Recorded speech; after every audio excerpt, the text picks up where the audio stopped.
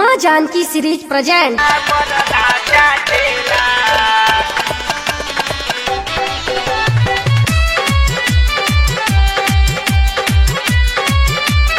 DJ चंदन पांडे।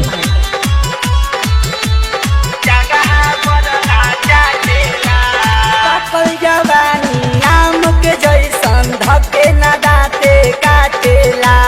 पाकल जवानी आम के जैसन धके न दाते काटेला। सैया मिलल बाटे नाटे रे सखी जगह पर नाटेला। सैया मिलल बाटे नाटे रे सखी जगह पर नाचाटेला। पाकल जवानी आम के जैसन धके न दाते काटेला। पाकल जवानी आम के जैसन धके न दाते काटेला। सैया मिलल बाटे नाटे रे सखी जगह पर नाटेला।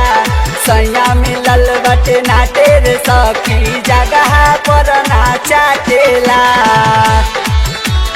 चाटेला चाटेला डीजे चंदन पांडे।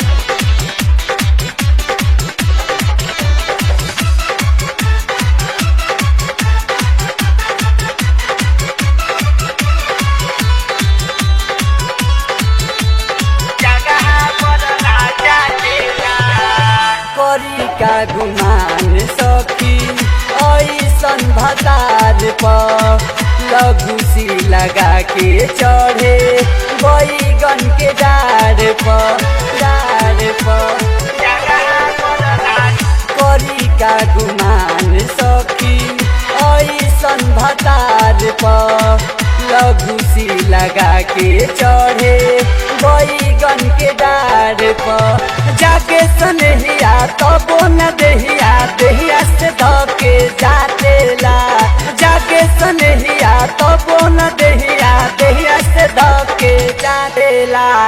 सैया मिलल बाटे नाटे रे सखी जगह पर नायाटेला। सैया मिलल बाटे नाटे रे सखी जगह पर नाचाटेला।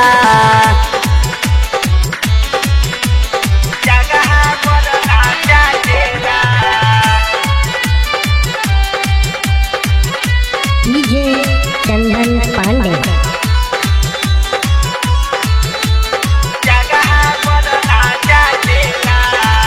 छोड़ी के लिहाज एक दिन भूल के भी कहानी कबो नहीं कैले हमारा सौदा के बहनी। छोड़ी के लिहाज एक दिन भूल के भी कहानी कबो नहीं कैले हमारा सौदा के बहनी। खड़ा कराई टेबल पर तब हूँ लेबल लब के साटेला। खड़ा कराई टेबल पर तब हूँ लेबल लब के साटेला। पियवा मिलल बाटे नाटे रे सखी जगह पर नायाटेला। पियवा मिलल बाटे नाटे रे सखी जगह पर नाचाटेला।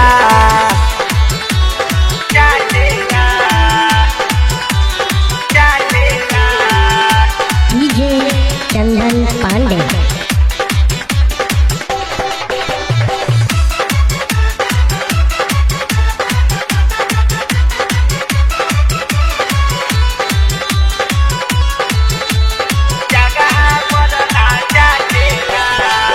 अमित बलमुना सखी बार साचो बाबाना आजले न मैली कैले कोरा बिछावाना।